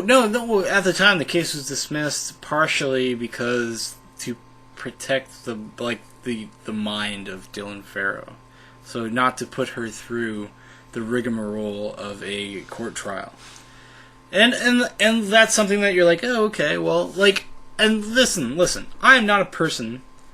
I found Woody Allen's films a lot later in life. Me too. I like a few of them. Sleepers, that's about it for me. See, I like Crimes and Misdemeanors. The ones that Woody Allen's actually not in. Hannah and Her Sisters, Crimes and Misdemeanors. I like Sleepers, which is in the Bananas era, but Sleepers was actually decent. Sleepers has got some great social commentary. Actually, fairly prescient film. Yeah. Annie Hall. I never really got behind Annie Hall. I feel like it's a narcissistic movie. It's like Annie Hall to me is analogous to like Spike Jonze' Her. I feel like they're very similar in a lot of ways. Fair. But so I never really just like got on the train with that movie. Just like I didn't get on the train with her. Obviously. I got on the train with you. Oh, whoa. That's the thing about these kind of accusations, these kind of stories, these kind of things you hear. It is so easy to,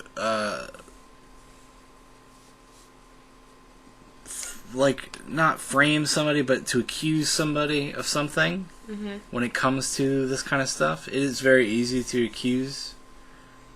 And oftentimes the burden of proof is not on the accuser. It's on the accused, which is ass backwards. But, like, oftentimes it is. And just because I don't like Woody Allen as a person... No, I agree. But I do. But honestly, like, I'm playing devil's advocate with you. I am. Because I actually kind of think he did it. No, I totally think he did it. I do. I kind of do. I don't care that he's had this happy marriage with Soon Yi. This, like, his ex-lover's fucking adopted daughter. Which is just has its own can of worms, and people like I saw people online being like, "You can't use that. She was 19. It was legal." It's like, yeah, but there's a context, man. There's like it infers there was something before that. Like one day he didn't wake up when she was 19 and be like, "I want to marry this lady." Like that's not how it happened at all. That's not how life works. And to work with Dylan, like honestly, to me, like when you're a child, like things are muddled, just like. a lot of stages in life, but you do remember things, like... Oh, no. And when totally you agree. remember things to a point, it's a little... Oh, no, They are the most honest things you will ever interact with. Oh, true. I understand. Yeah. No, I understand. Like, I was molested when I was a kid, and it did not affect me, or I didn't recognize it until I was, like, 20. I did not understand how it had affected me and how I have a disposition to, like, keep people at arm's length, especially, like, romantic relationships, until I was older. Like, I didn't, like, because I was never in a position to put the pieces together. I didn't have enough life experience. Yeah. So, like, when I came of age and I came of, like, living life and trying to experience all these new things, and I realized this stuff about me, and I realized there was, like, these roadblocks, these mental roadblocks, like, I realized that. So, that, for me, like, Dylan Farrow coming out, like, 22 years later is not, like, a thing that I discredit because it's 22 years later at all. No, me either. Not at all, because, like, that's how fucking shit works, you know, like... Kind of in the same boat. Yeah. You don't feel, or it's not relevant to you until you have to face it, if that makes any sense. It doesn't. It holds no relevance to you until you're engaging in things that are new. And when those new things come about, like, you realize, like, oh, there's something wrong here. Like, I can't, like, connect in this way. And then that's when you kind of, like, deal with or focus on that kind of shit. This is not, like, me trying to, like, make some sort of sob story or anything. Like, it's something that happened to me, and I've moved on. Like, I am not gonna let my life be defined by, like, a few events in my life, or, like, what people tell me I should feel. I think that's really, I think it's bullshit. Honestly, I think you should be happy. And I know that people, everybody's an individual, and we're all gonna feel things the way we feel. We're all gonna deal with things the way we're gonna deal with things on an individual level. But I do think there's a segment of our popular society that will tell you that you were owed the world because something happened to you, and I kind of disagree. I disagree. I think that's bullshit. I do too. If anything, That's my whole life. I'm not appreciative of the experience. I'm not. No. But I take it, and I learned from it, and I grew from it. Like, I am, like, in a weird way, a better person for it. In a very obtuse, obscure way, I'm a better person, I'm a better thinker, I'm more open, I, like, understand things better, because, like, when I had to kind of deal with those feelings... And the people that did it to me, which I'm not gonna, like, say on like a public podcast, but like having to, like, deal with that stuff and then, like, put it in context and put it in context of their lives and who they were and, like, and all this stuff, like, it broadens your perspective on on everything. It really did. That was part of my, like, awakening. That and doing mushrooms a couple times. But it was part of, like, an awakening process of, like, actually, what I feel is becoming a better person and, like, being a more open-minded and, thinking about things in a broader context and perspective. Like, I don't like to just condemn people just because it's the popular thing to do or it's popular opinion. I just don't. I don't. So when I watch movies like Big Bad Wolves and stuff like that, like, and realizing how much gray area there is, I kind of want that represented in a weird way. Okay. Maybe that's, like, masochistic in a certain sense. It might be a little bit. Sarah's making the little bit universal, little bit signal. But, like, it might be a little bit masochistic in my way, because, like, I understand the truth of it, and I understand, like, truth to power, everybody. But, like, I understand, like the truth of it to a little bit. So, like, it kind of just makes me think about things, and especially when I hear stories, like, about, like, prisoners, or especially Big Bad Wolves dealing with pedophilia and stuff like that. Like, it makes me just want to find a greater truth to it. And that is completely colored by personal experiences. Like, but you want to find a greater truth You want to find a deeper place to the well where you can draw water from. Mm-hmm. Maybe not like the top of the well. Like I want like the darkness of it like represented, like I do. Not just because of personal experience. That's just because I think it's better storytelling, in my opinion. But I don't know. What do you think? Do you think I'm way off base, demanding too much from Big Bad Wolves? A little bit. Am I? Yeah. No, I think like personal context colors it in a way that's like way unfair. I have personal context, and I put that aside. I don't know.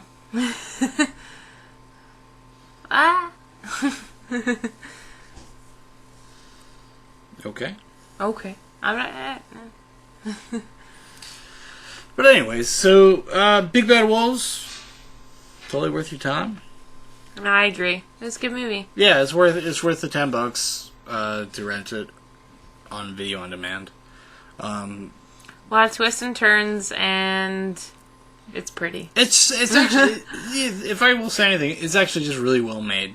Like, so whether or not like you listen to this after the spoiler warning and you haven't seen it, I think it's still worth watching.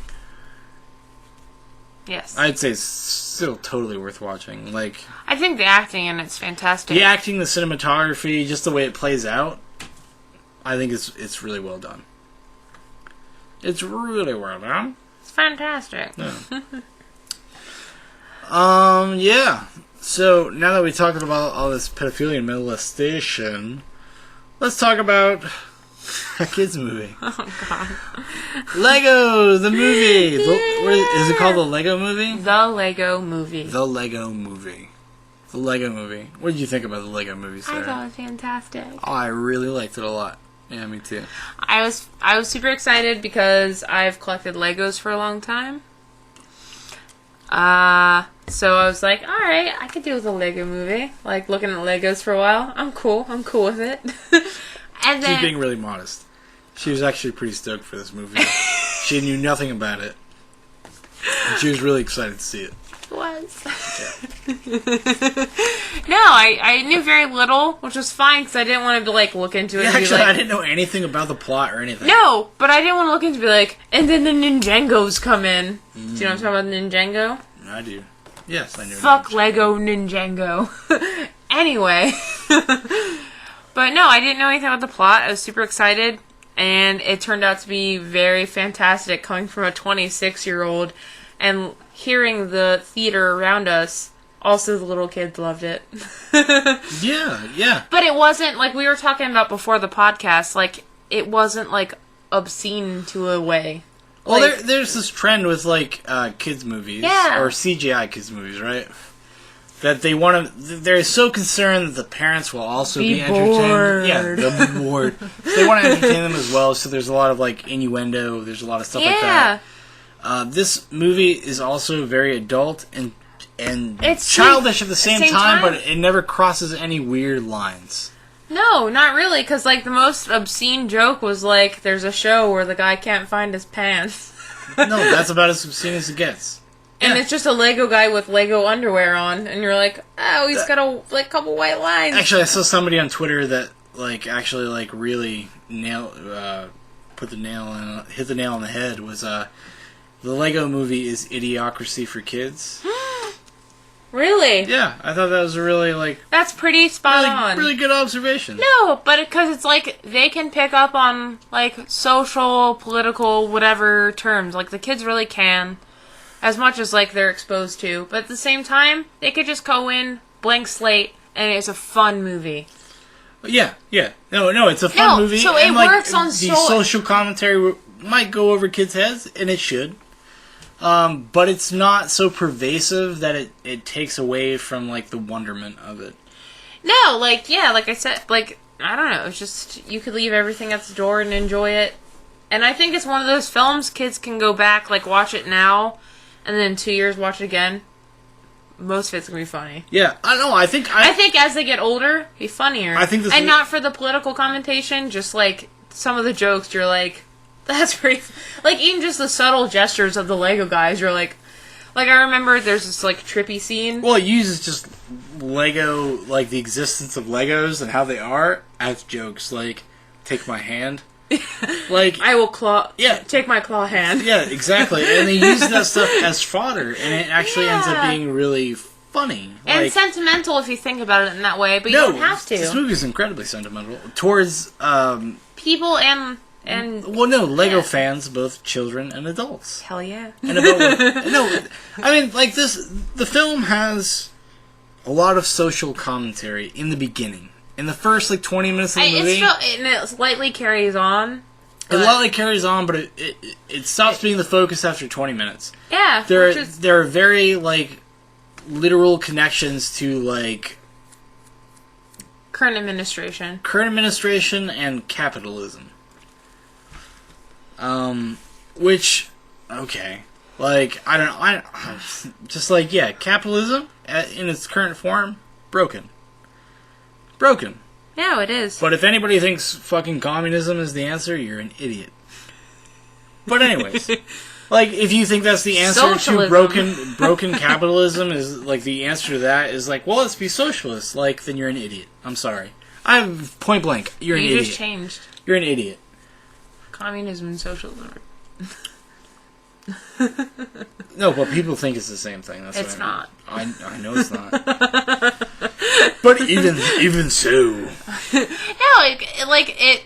I think that's what was also good about it is you had those adult messages brought to you, but even after those were dropped, as a 26, 27-year-old, we fucking laughed the whole movie. No, we did. And I think I paid attention more than I have in a lot of movies lately, because I was just also because it's Legos, but it was just good. I mean, if anything, you could watch this movie just for the how gorgeous it is.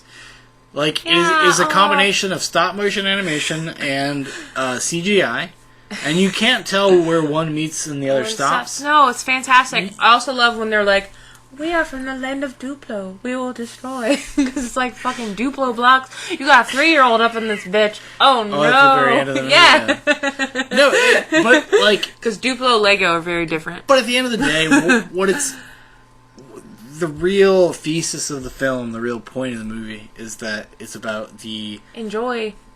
It's about the creativity and the enjoyment of... quote-unquote childish things. Just enjoy. And how people...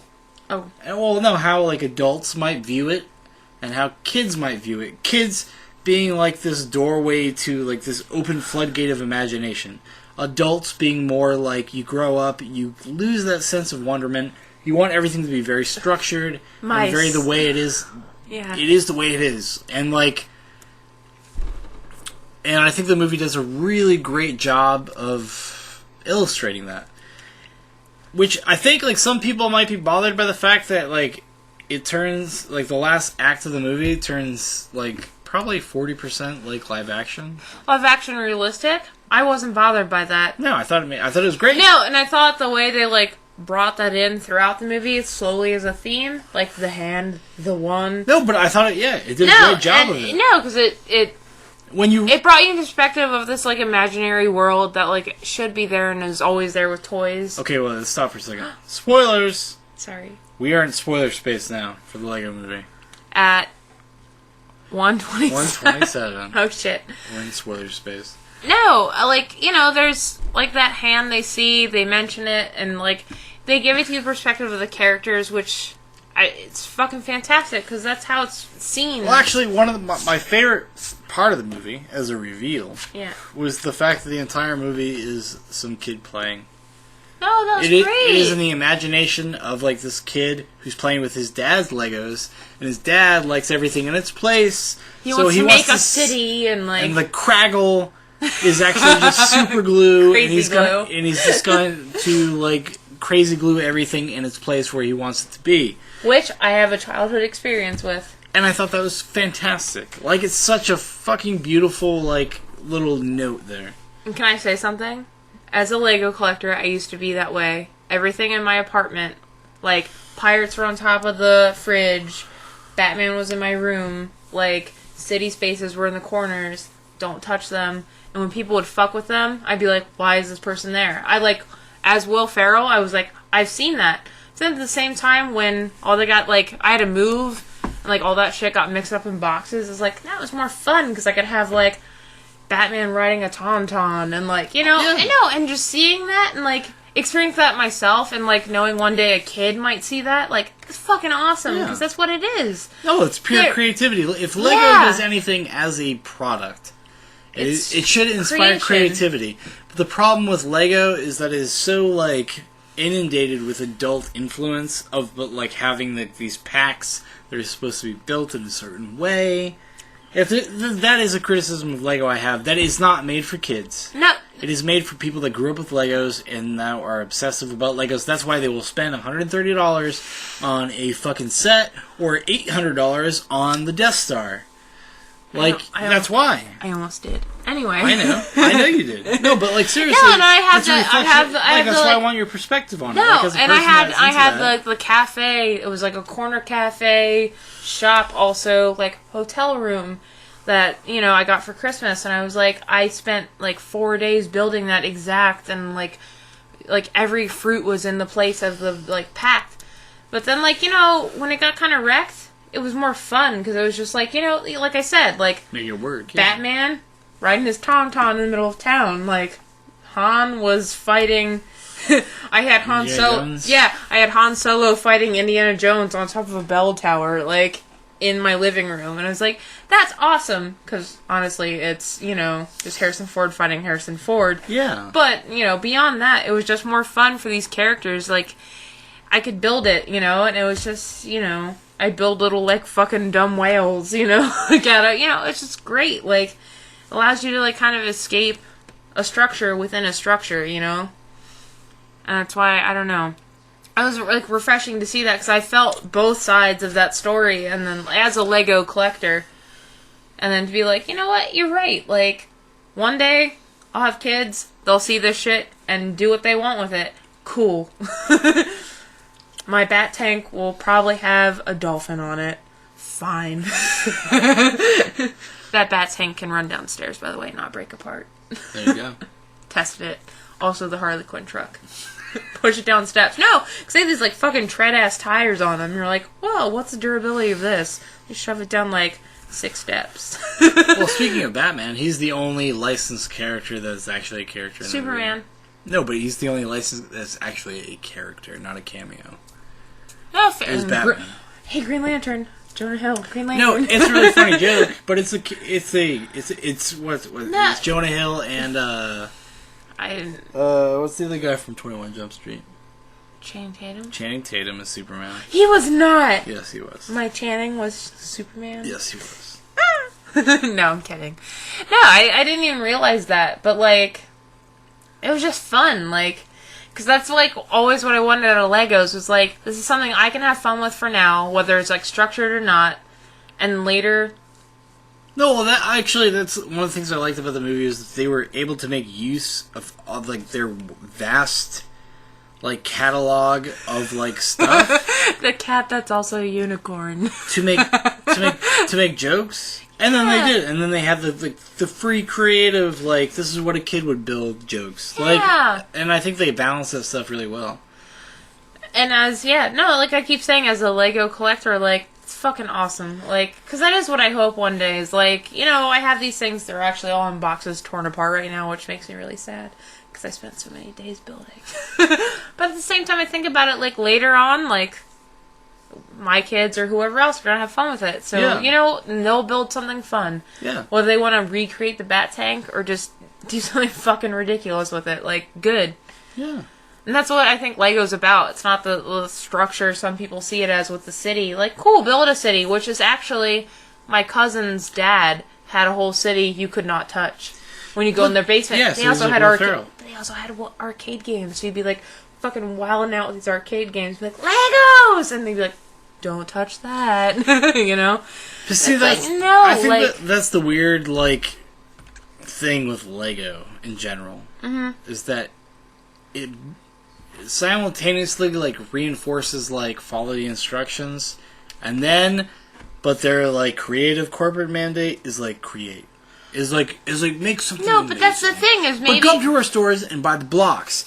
Do not buy a set and try to do what you want with it. Like, that's very much Lego. Well, the set is, like, one way, because it's like you have... Yeah, they only give you pieces to build certain things. No! You get extra bricks from those, by the way. Oh, and they're not pieces, they're bricks. Well, what they really want you to do is go to the Lego store and buy bricks.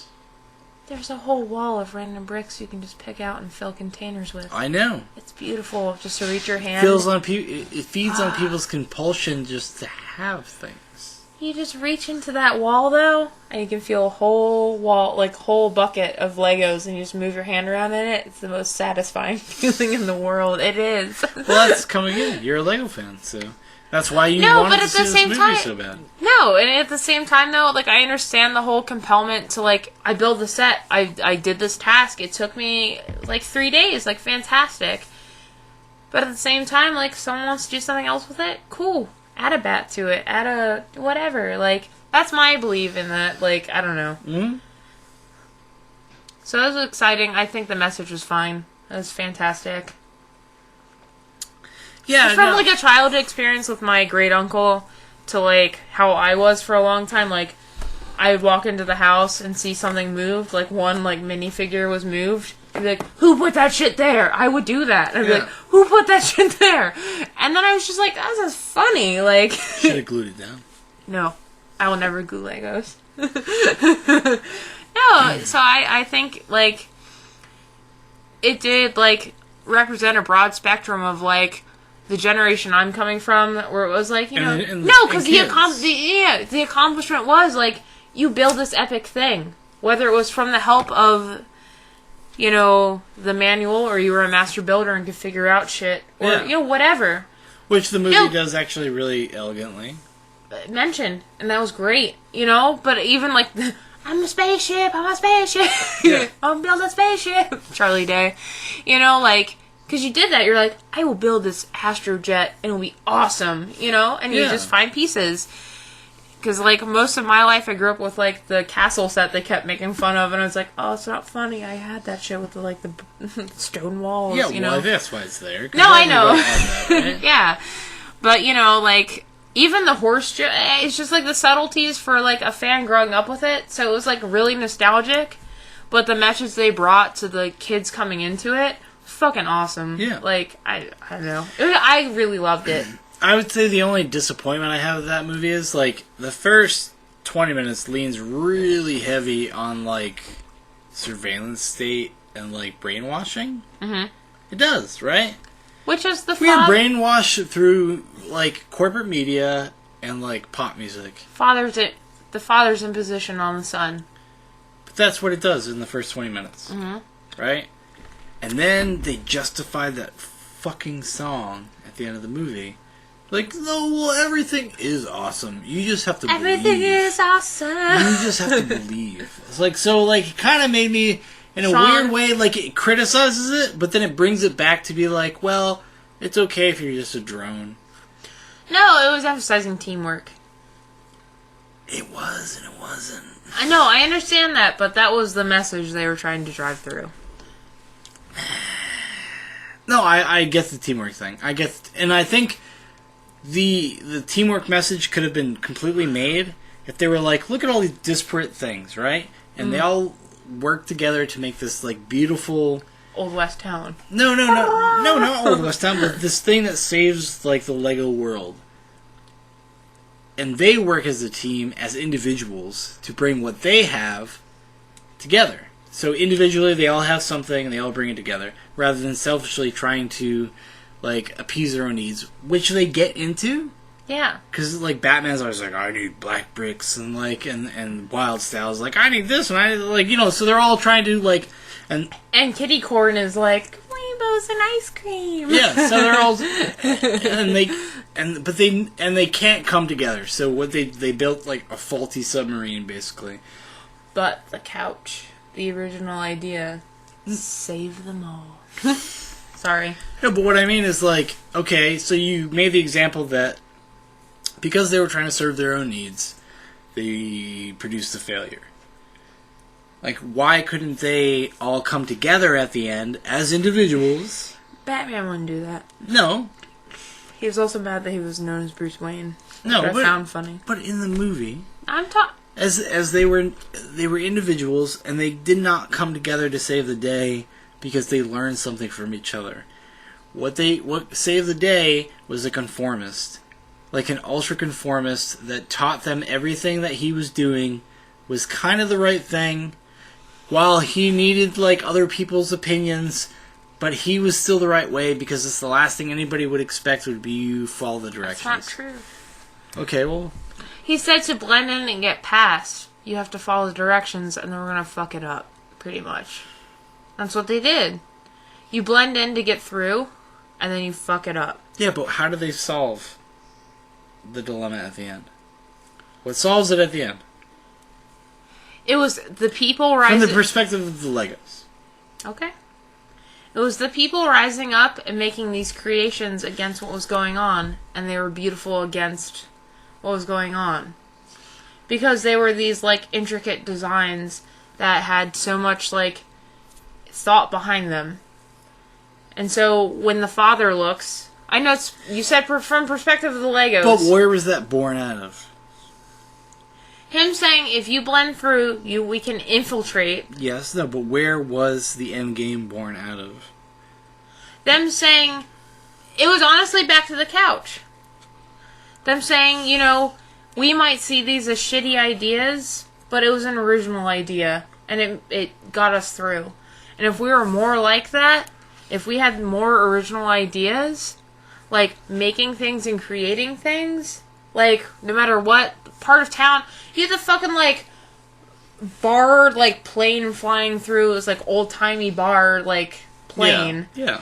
But then you also had like fucking like weird robots coming up through, and then you had like the cat lady making a weird car. Like it was like our own creativity can shine through, and that's what's gonna stop this like thought. But to get through to that, like that was the original thought that failed.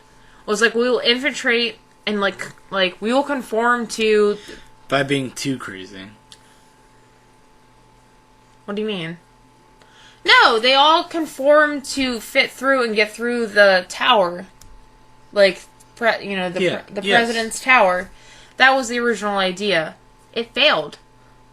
They all got fucked. And then when they realized it was the creativity, like, the couch, whatever, and if we had more original ideas like that guy, while they seemed boring, it was an original idea. If we did that, things would be better. Because they conformed to get through the tower, right? Yeah. They all got stuck in chairs. Everyone almost died. Oh my god. Oh my god. No! It's not as sad as Toy Story 3. Oh, shut up. They're about to go into the incinerator? Come on. I cried. No, I know. But I'm just saying. Tense. No, and that's what happened. He was like, okay, this is what we have to do. This is how I know how to survive. But then after that, the movement was to be creative in yourself as a person. Even from the Lego standpoint, like, you as a citizen of Legoland designed something, and they all did it. No, and then that's what won them all through, because then when the dad, like, if you put it in respect of the people, the dad saw that and was like, did you build all this? It was like the individuality of each aspect of whatever realm he had in his, like, do not touch room, like, came into play. You're right. Okay, fair enough. Fair enough. You just don't feel like arguing. No, not at all. I love to argue. What are you talking about? I know. No, that's what I'm saying. So, like, while that conformity thing was an issue for a while, it failed. It got them to a point, but not far enough. Fair enough. You're right. You were totally right. I misinterpreted the Lego movie. Absurd. No, because that's, and I hope you're right. And I hope you're right. Upon if I watch it again, I hope I get this the same thing out of it you did. I'll watch it with that perspective, because like it makes such a great point about individuality and the power of the individual. Yeah, because then beyond just Legos and beyond just creation of like what we can do with Lego sets, like it makes a point about an individual power. Yeah. And I thought that was really awesome. And I think that's what's ultimately expressed, is you have to pay attention to where they failed when they tried to conform. Like, you thought the main character died. Obviously he didn't, but you thought. You know, and they were all like, what do? We're stuck. We're slaves to this, like, mind thing because we tried this way. We tried to conform to the robots, do the funny robot dance. But doesn't it make make the statement that if you, like, are too individual, it's a negative? No. Which is true. It's true, but I don't think the movie did that. I don't know. I don't... Because it took the conformists to come back and teach everybody a lesson for them to come together and, like, understand, like, why they existed or what they represented. I don't think Emmett is a conformist as much as you think he is. No, he's somebody that wants to be a conformist. Because he thinks this was right and what gets him through the day. But he realizes it doesn't. Yeah. No! Through watching those videos of his coworkers, he gets sad and he's like, I'm not special. And then he finds his own way. Dives out into fucking oblivion. That's true. That is true. That's true. I don't know. Maybe the Lego movie. Maybe I need to watch it again. I think you do. So I can watch that last third again and see what the real deal is. But I do. I agree with you. From my recollection. No, because it's. I think to a point it says like you can conform and like confide to these ways. It's gonna work to a point, and then it's just gonna break. Because every time they conform, they almost get the solution, but don't. That's true. That's true. Yeah, you're right. And it's like, find your own way, be it build a bunker bed couch. But the ultimate message is just buy more Legos. Yes! So remember. Unfortunately. You can be as creative as you want with Legos, you just have to have a lot of them. So you can build these things. Unfortunately, the coolest characters in this movie are not available in sets, and I'm very upset. Yeah. I have to do more research on the internet, but retail stores prove these are not available, and I'm very upset. What did you want it to get? Lord President? Lord President, and I wanted to get the Wizard. Yeah. And they are not available in sets. Maybe online they are, but in the retail stores... No, I'm sorry. What? President Business. President Business. Yeah. Lord Business, yeah. No, I want Lord Business. I want that fucking, like, I could build that. I just need I need the head. No, I could look at a model. So I built that heart over there. Lego wanted to charge me $20 for a class to build a Lego heart, and I just counted the bricks and then individually bought the bricks. $10. Thank you very much, Lego. Creative in my own way. Yeah, but Lego movie is surprisingly good. Let your kids watch it, please. Actually, it's a really gorgeous movie too. No, it's the waves were awesome. Yeah, I was gonna say the waves that when they have the scene where the ocean made of Legos is churning and stuff, and it's really trippy. My favorite part though was like there's always these like confused parts where they're going through realms and they're really trippy and just like flash scenes of stuff. And I heard a kid in the audience go, "That was weird," and I was like, "Eh." Yeah, because when I was gonna see it, it was like me and Sarah, and then like a bunch of parents with their kids or grandparents with their grandchildren. Yeah, and there was like two sets of kids that constantly talked, and I didn't care. I didn't care in that context. No, I didn't know at all. And like the set of kids with their grandparents talked a lot, and I could hear them because they were in my ear. Yeah.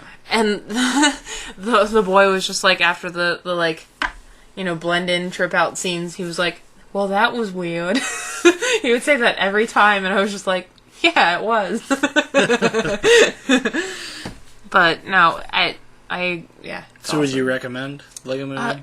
Like 5 times over. Yeah, go see the Lego movie. It's really good. It's probably going to be a huge hit, so it probably doesn't need your help. But if you are an adult and you have a choice between the Lego movie or renting Big Bad Wolves, rent Big Bad Wolves. If you can do both, like us, which we're not wealthy people. We're poor. We did both. We did have a coupon though. Do both. Also, if you have kids, go see the Lego movie. Yeah, if you have kids, go see the Lego movie. It's it'll keep them entertained no matter. I think you could take like probably a 4-year-old and up to that. No, because it would be cool, because that's a movie you could, like, take your kids to see and then talk to them about afterwards. Yeah.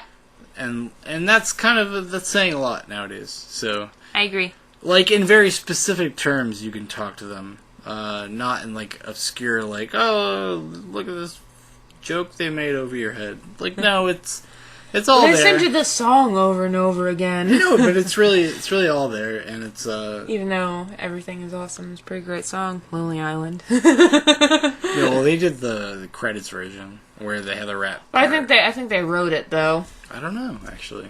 They might have. I'm sure Sandberg wrote that. They might have. Actually, you know who the directors of that are the same people that wrote 21 Jump Street and something else. That's how they got Channing. Got that Channing Tatum action. No, but it was good. It was good. I was really happy I went to go see it, actually. You're welcome. Thank you. Thank you very much. But that's is that it? Yeah. Are we done? Yeah, 2 hours in. I think so. 1 hour 42 something or other. Okay. I'm Shaun. I'm Sarah. And you've been listening to my feature has been Facefucked, episode 21. And a half. Thanks for listening, everybody. Bye. And we'll see you next time. Goodbye. We should have a good old-fashioned RoboCop discussion. Come Valentine's. Boo! Love is in the air. Valentine's Day RoboCop crime.